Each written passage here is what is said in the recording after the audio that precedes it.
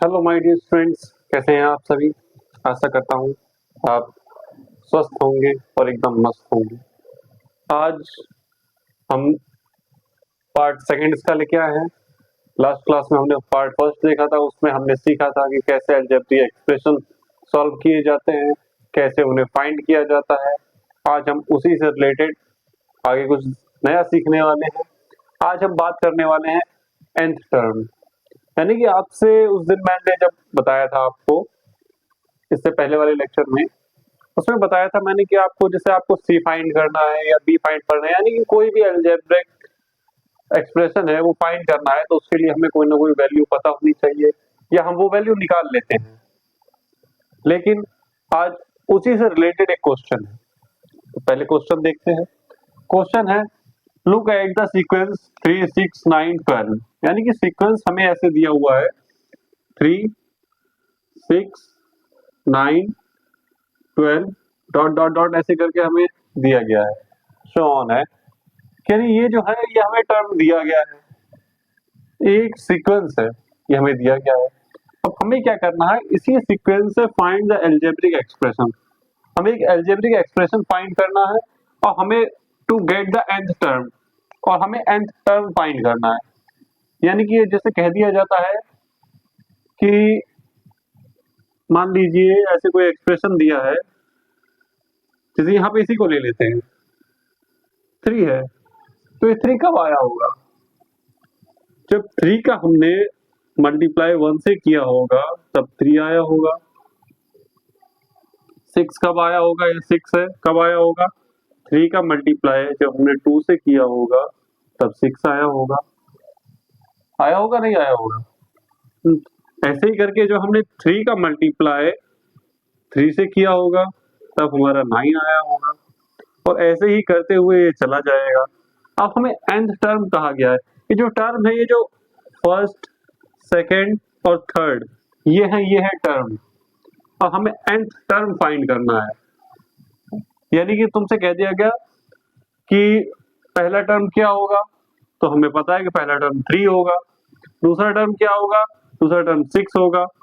तीसरा टर्म क्या होगा? तो तीसरा टर्म 9 होगा। और ऐसे ही कह दिया गया कि nth टर्म क्या होगा। अब सीक्वेंस है, सीक्वेंस किसका चल रहा है? हाँ, 3 का सीक्वेंस चल रहा है लगातार, तो इसका जो nth टर्म क्या हो जाएगा, तो हम 3 से मल्टीप्लाई कर देंगे किसका? n का।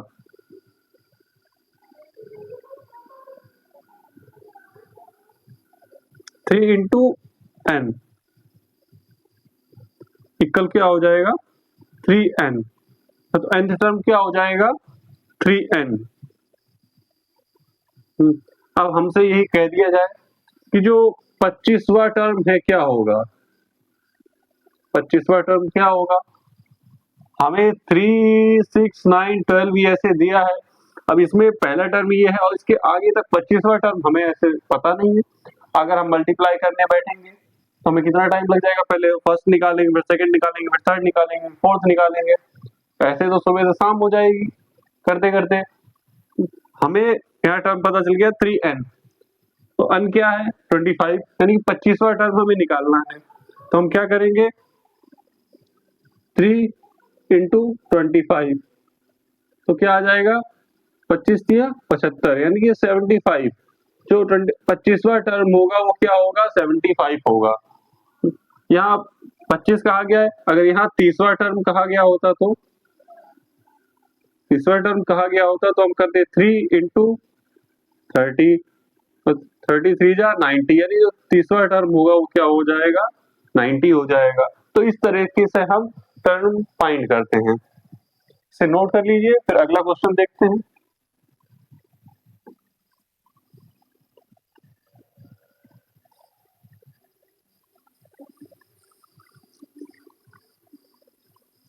हो गया? चलिए,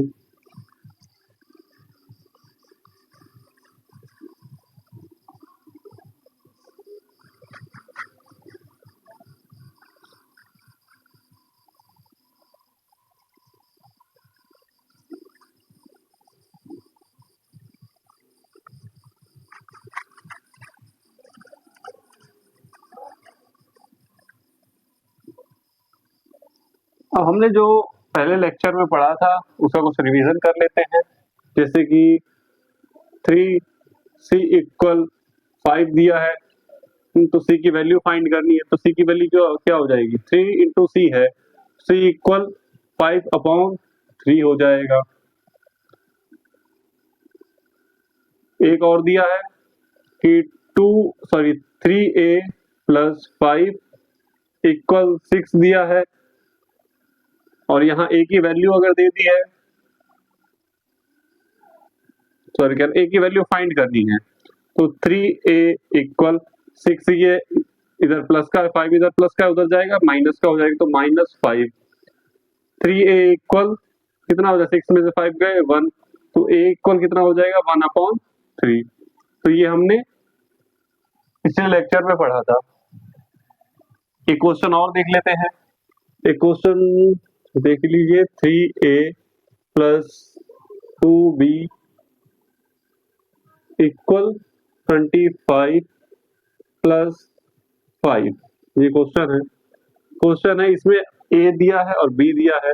तो जब ऐसे दो एक्सप्रेशन होते हैं, इसमें हमें कोई ना कोई एक वैल्यू दी होती है, तो यहाँ हम मान लेते हैं b इक्वल दिया है 1, तो क्या हो जाएगा यहाँ 3a प्लस, और हमें a की वैल्यू क्या करनी है, फाइंड करनी है a की वैल्यू, 2b, b की वैल्यू कितनी है, तो 2 इंटू 1 इक्वल 25, और प्लस 5 कितना हो जाएंगे 30।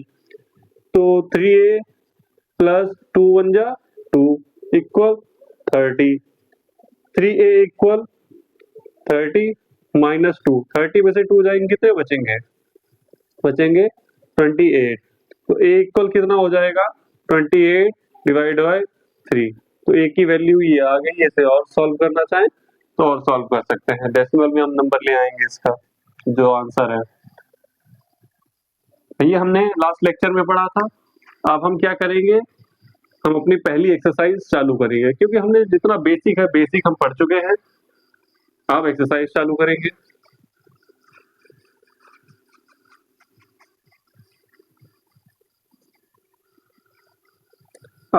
अभी तक हमने सीखा डायरेक्ट नंबर्स, कि हमें नंबर दिए होते थे। हाँ, हमें दे दिया है 3a प्लस 5 माइनस 2 इक्वल इतना दिया है, तो हमें a की वैल्यू फाइंड कर लेते थे। अब क्वेश्चन एग्जाम में कैसे आता है, अब हम वो देखेंगे। तो हमारी पहली एक्सरसाइज है, यहाँ डाल देते हैं एक्सरसाइज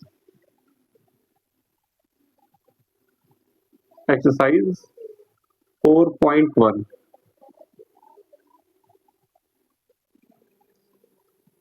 क्वेश्चन नंबर फर्स्ट है, right the following phrases using symbols. क्या है, राइट द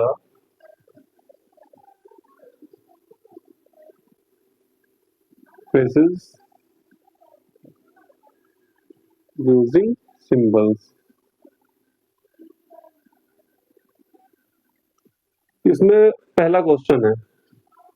अब हमें इसमें क्या करना है कि जैसे हमें कोई नंबर दिया गया है कि 4 मोर देन m या 4m मोर देन 6, ऐसे दिए हैं। अब उन्हें हम नंबर्स और लेटर्स में कन्वर्ट करेंगे। पहला क्वेश्चन दिया है 4 मोर देन x, या 8 कर लेते हैं, 8 मोर देन x। तो हम इसे कैसे लिख सकते हैं, ये तो हमें क्वेश्चन दिया है। अब हम इसे लिख कैसे सकते हैं, 8 मोर देन x, यानी x से जो 8 है वो ज्यादा है, मोर देन यानी कि x जो है प्लस 8, यानी x है उसमें 8 ज्यादा है, तो उसमें जो ज्यादा है वो हम ऐड कर देंगे। ठीक है, क्या हो जाएगा, x 8 मोर देन x का हो जाएगा x प्लस 8। अगला देखते हैं। अगला है the sum of a and 9। The sum of a and 9। a जो है, a हमें यहाँ एक लेटर दिया गया है और 9 है ये हमारी वैल्यू है। The sum of a and 9, यानी a और 9 का हमें सम कर देना है, तो डायरेक्ट कर देंगे a प्लस 9, ये हो जाएगा। थर्ड है, थर्ड कह रहा है the sum of m and the sum of a and m। तो जैसे हमने a+9 लिया था, इसे हम a+m कर देंगे तो हो जाएगा a+m। चौथा क्वेश्चन है 3 less than r, 3 less than r। अब लेस देन का मतलब क्या है? जब भी लेस देन की बात की जाए हम उसे डायरेक्ट सब्ट्रैक्ट कर देंगे, मोर देन की बात कही जाएगी तो उसे ऐड कर देंगे। यहाँ क्या कहा गया है? लेस देन r, यानी r से 3 कम है तो माइनस कर दिया। पांचवा है 6 टाइम्स p, 6 टाइम्स p। तो 6 टाइम्स p क्या हो जाएगा? 6p direct. और अगर ऐसे हमें नहीं समझ में आ रहा है तो यहाँ 6p कैसे हो? 6 टाइम्स p, यानी कि जो p है वो 6 टाइम, यानी p into p into p into p, ऐसे कितनी बार हो जाएगा? 6 बार। कितने? 3 3 6 एक्स्ट्रा है। जब p है p इंटू करके 6 टाइम हो जाएगा तब हम इसे लिख सकते हैं 6p। समझ गए? तो ये 6p कैसे आता है ये भी बता दिया।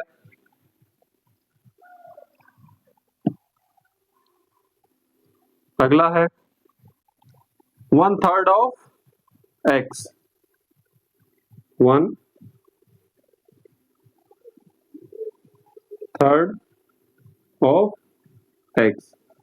अब 1/3 ऑफ x कैसे करेंगे? पहले 1/3 कितना होता है? 1/3 यानी कि 1/3। ऑफ, ऑफ का मतलब होता है का या मल्टीप्लाई। एक साइड में नोट डाल के लिख लीजिए, नोट। ऑफ का मतलब होता है का, हिंदी में कहते हैं का, और उसमें मल्टीप्लाई, यानी कि जहां जैसे लिखा है एक बॉक्स बना लीजिए, इसमें नोट डाल के लिख लीजिए। लिखा है 3 ऑफ 6, तो यहाँ पे क्या हो जाएगा? 3 इंटू 6, ये हो जाएगा। ऑफ का मीन्स होता है मल्टीप्लाई। ठीक है, तो ये नोट में करके लिख लीजिए, बहुत इंपॉर्टेंट चीज है। अब यहाँ पे कहा गया है 1/3 ऑफ x, यानी कि 1/3 ऑफ का मतलब होता है मल्टीप्लाई, तो हमने यहाँ लगा दिया मल्टीप्लाई, और क्या है? x, तो यहाँ पे क्या आ जाएगा? x/3, तो ये हो जाएगा इसका आंसर। ठीक है, 7 वाला देखते हैं। 7 वाला कह रहा है p divide by q, p divide by q। p divide by q का मतलब क्या है? डायरेक्ट है, या तो हम ऐसे लिख दें p डिवाइड बाय q, या हम ऐसे भी लिख सकते हैं p अपॉन q। ये दोनों सही है, चाहे ऐसे लिख लें चाहे ऐसे लिख लें। लेकिन आप क्लास 3rd में आ गए तो ऐसे ये छोटे बच्चों वाला लिखना आपको शोभा नहीं देता है, तो आप कैसे लिखेंगे? ये नीचे वाला p अपॉन q। 7 हो गया है, अब आगे देखते हैं 8।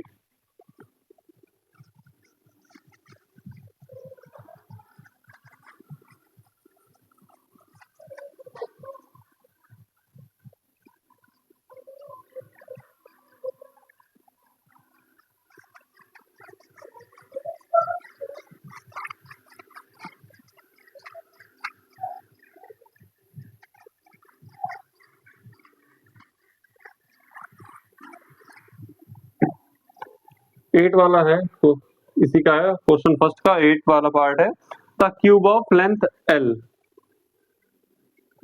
The cube of length of l। जो हमें लेंथ दी गई है, लेंथ हमें क्या दी गई है? l दी गई है, और उसका क्या है? क्यूब करना है। मैंने क्या बताया था? क्यूब ऑफ लेंथ l, तो l क्या है? l को हम 3 बार मल्टीप्लाई ऐसे कर लेते, और l into l into l कितना हो जाएगा? l cube. ये है क्यूब, यहाँ पे हम क्यूब है वो वाला नहीं समझेंगे, ज्योमेट्रिकल वाला हम नहीं समझेंगे यहाँ। यहाँ हमें क्यूब यानी कि जो स्क्वायर दिया होता है, Q U A R square, उसमें क्या होता है, दो चीजों का मल्टीप्लाई हो जाता है। अगर एल स्क्वायर दिया होगा तो एल इंटू एल इक्वल क्या हो जाएगा, एल स्क्वायर। और अगर क्यूब दिया है तो क्या हो जाएगा, एल क्यूब। एल क्यूब कैसे होगा, ये ऐसे एल को 3 बार मल्टीप्लाई करेंगे एल क्यूब आ जाएगा। हाँ, तो इसका क्या हो जाएगा, एल क्यूब।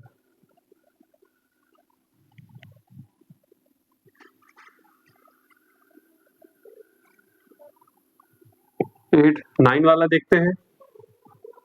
9 वाला क्या है, m is greater than 7। m is greater than 7, यानी कि जो m है वो 7 से बड़ा है। तो m जो कहा जा रहा है वही लिख दे, m इज ग्रेटर देन 7, तो ग्रेटर देन 7। हाँ, तो ग्रेटर देन का सिंबल लगा देंगे, बस ये हमारा हो गया,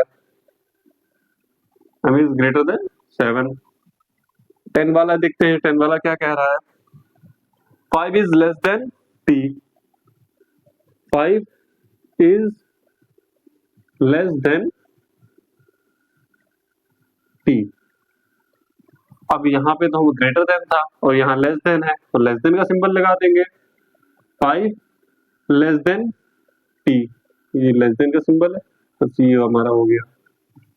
तो 4.1 का जो क्वेश्चन नंबर फर्स्ट है उसके 10 पार्ट थे, 10 पार्ट यहाँ पे कंप्लीट हो चुके हैं। अब आगे देखते हैं क्वेश्चन नंबर सेकेंड, ये नोट कर लीजिए, इसी के आगे लिखते हैं question number second. Question number second भी उसी की तरीके से है, तो क्वेश्चन नंबर सेकेंड का हम फर्स्ट वाला देखेंगे, लेकिन ये बेसिक था, ये शायद उससे कुछ थोड़ा हटके होगा, तो फिर जो क्वेश्चन है देखते हैं। पहला क्वेश्चन है, क्वेश्चन नंबर सेकेंड का फर्स्ट है। पहला क्वेश्चन है 7 more than 4 times R. 7 more than 4 times R. 4 times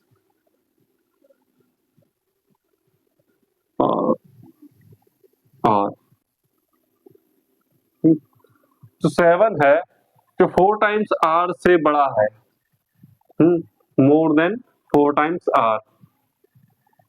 तो अब हम इसे कैसे करेंगे,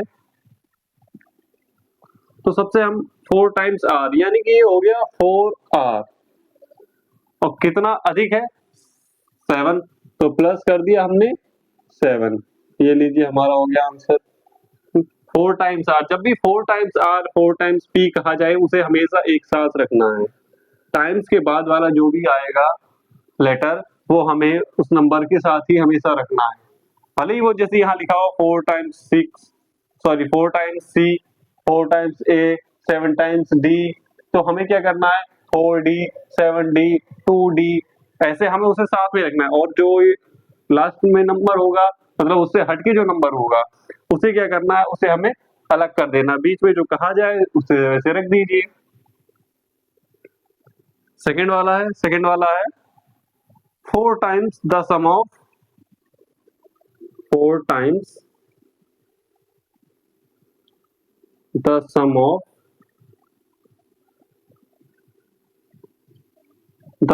y and 7।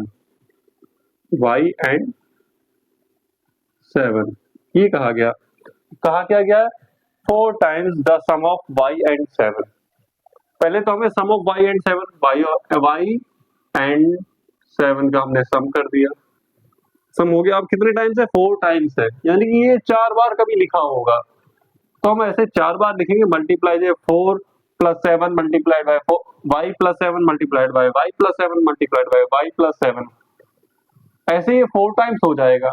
तो उसमें y प्लस 7 हमें कॉमन मिल जाएगा, और होगा कितने टाइम, इसे मैं सॉल्व करके आपको दिखा देता हूँ। इसे क्या कहा गया है, y प्लस 7 ये है, फिर यहाँ मल्टीप्लाइड में हो जाएगा y प्लस 7, फिर y प्लस 7, फिर हो जाएगा y प्लस 7, ये हमें 1 2 3 टाइम्स यानी 4 times sum of y plus 7 ये हमें मिल गया है। ठीक है, ये हमें मिल गया। अब हमें इसमें कॉमन क्या मिलेगा, y प्लस 7 ये हमें कॉमन मिल जाएगा। तो हमने यहाँ सबसे y प्लस 7 कॉमन निकाल लिया, y प्लस 7 हमने कॉमन निकाल लिया। ये तो हमने बाहर मिल गया। अब यहाँ क्या बचेगा, यहाँ से y प्लस 7 चला गया तो यहाँ बचा 1, बच गया, सॉरी यहाँ प्लस होगा, सिंबल में गड़बड़ हो गया। यहाँ 1 बचा, ये बाहर चला गया तो यहाँ भी 1 बचा, ये भी बाहर चला गया तो यहाँ 1 बचा, और ऐसे ही यहाँ 1 बचा। 1 2 3 4 कितने बचे, 4। तो y प्लस 7 इंटू 4 ये हो गया। या हम इसे इधर लिख सकते हैं 4 ब्रैकेट में y प्लस 7, तो क्या कहा गया, 4 times the sum of y and 7, तो 4 times the sum of y and 7 ये हो जाएगा आंसर। इसे यहाँ से ऊपर लीजिए, अगर ये लिखना चाहें तो इसे भी नोट कर सकते हैं, नोट कर लीजिए, तब तक ये ऊपर वाला इरेज कर देते हैं।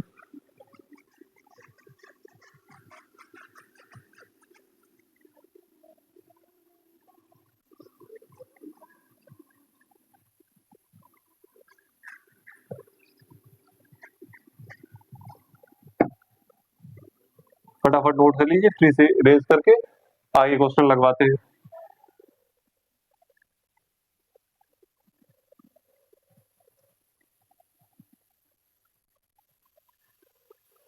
नोट हो गया, चलिए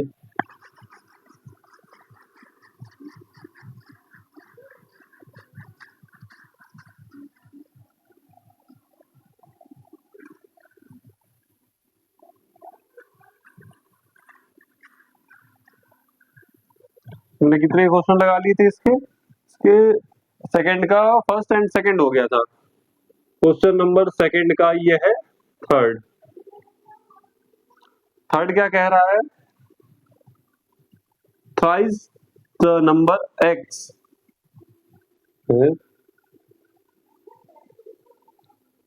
thrice the number x, thrice the number x increased by y,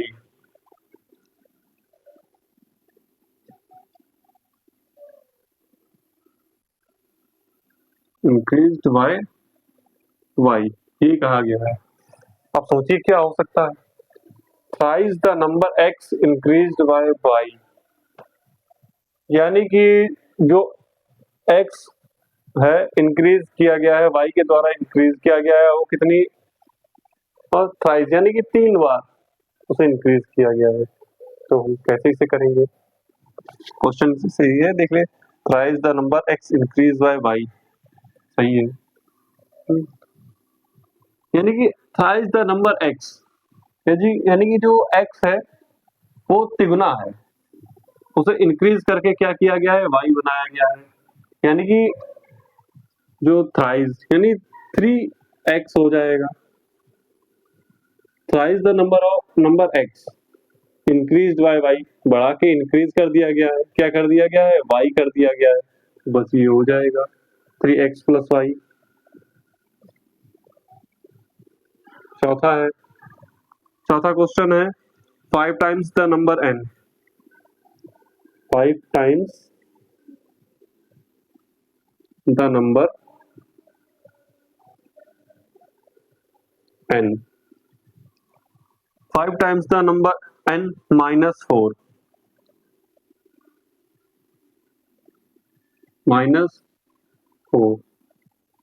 अभी तक मैंने इतने क्वेश्चन कराए हैं आप लोगों को, ये क्वेश्चन तो आप चुटकियों में उड़ा सकते हैं, क्योंकि इसमें कुछ करना ही नहीं है। मैंने क्या बताया था, 5 टाइम्स द नंबर n यानी कि 5n हो गया।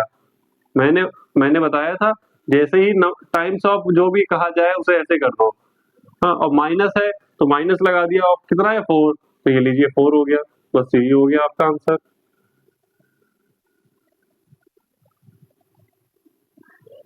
फिफ्थ वाला देखते हैं, फिफ्थ वाला है 25 डिक्रीज्ड बाय 25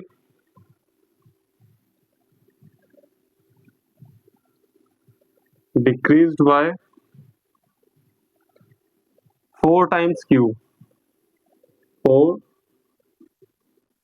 टाइम्स क्यू, यानी कि जो 25 कम किया गया है 4 टाइम्स क्यू से, तो क्या हो जाएगा 4 क्यू माइनस 25। हम ऐसे लिख दें, लेकिन इसमें 425 डिक्रीज्ड बाय 4 टाइम्स क्यू, तो इसका क्या हो जाएगा 25।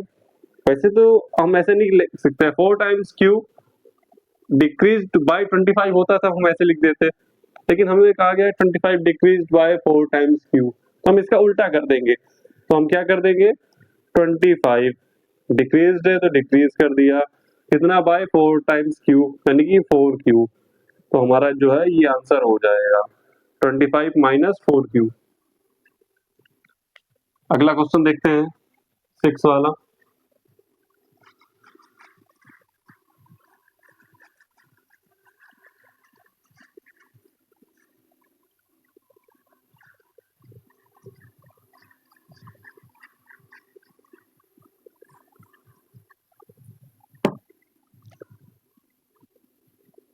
सेकंड का 6 नंबर है। 6 नंबर क्या कह रहा है, 6 time A less than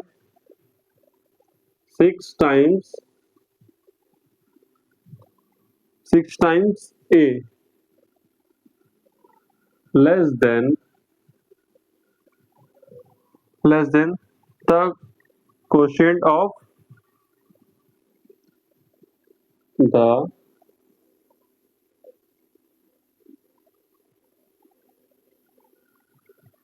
quotient of quotient sorry क्या है, quotient of by quotient of b by 4, sorry, quotient of b by 4। Question एक बार चेक कर लेते हैं, 6 time in less than the quotient of b by 4।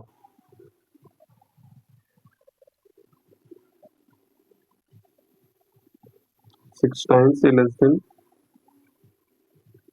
ठीक है। अब क्या क्या है, 6 time A less than the quotient of है बाय 4, तो b by 4 का मतलब क्या हो गया, b/4 का मतलब हो गया b/4। ठीक है, अब करना क्या है, हाँ लेस देन मैंने बताया था, जब भी लेस देन कहा जाए तो क्या हो जाएगा, माइनस, हमने कर दिया, माइनस कर दिया। अब 6 टाइम्स ए कहा गया है, तो 6 टाइम ए कहा गया है तो क्या कर देंगे 6a, the quotient of b/4, तो b/4 लेस देन 6 टाइम्स ए, तो बस यही हो जाएगा हमारा आंसर। अगला क्वेश्चन है, the square of the sum of A and B, 7 है, the square of the sum A and B, ये क्वेश्चन है।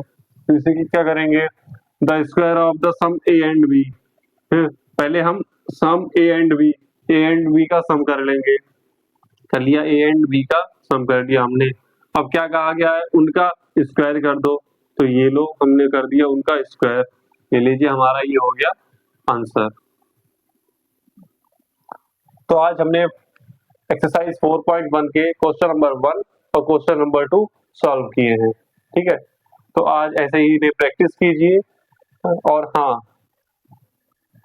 पिछले लेक्चर में शायद मैंने नोटिस किया, एक बच्चे का कमेंट भी आया था कि सर जो क्वेश्चन था उसमें शायद जो था मैंने 14/3 करके समथिंग कुछ लिखा था, इतना मुझे ध्यान नहीं है, वो पॉजिटिव में लिख दिया था। ठीक है, लेकिन वो ऊपर माइनस लेके आ रहा था, नीचे साइड माइनस लिखना भूल गया। तो आप इतने समझदार हैं, क्लास 3rd में आ चुके, सॉरी क्लास 7th में आ चुके हैं, तो इतना तो आपको कॉमन सेंस होना चाहिए कि ये चीज आप खुद कर सकते हैं कि यहाँ पे बाई चांस मिस्टेक हो सकती है, क्योंकि मैं भी एक इंसान हूँ। तो मिस्टेक्स जो होती हैं वो इंसानों से ही होती है। तो ये कोई इतनी बड़ी बात नहीं है। आपको आपका जो आंसर है, आंसर सही आया था, ठीक है, आंसर में कोई प्रॉब्लम नहीं है। बस सिर्फ ये हो गया था कि ऊपर हमने माइनस लगाया था और नीचे यहाँ पे सिर्फ माइनस लगाना भूल गए थे, ठीक है। तो चलिए कोई बात नहीं, ठीक है, चलिए मिलते हैं नेक्स्ट वीडियो में। जो 4.1 के नेक्स्ट क्वेश्चंस हैं वो अगले वीडियो में आपको मिल जाएंगे। तो ऐसे ही पढ़ाई करते रहिए और अपना ध्यान रखिए, पानी ज्यादा से ज्यादा पीजिए, हाँ, और धूप में निकलने से ज्यादा इग्नोर कीजिए। मिलते हैं अगली वीडियो में।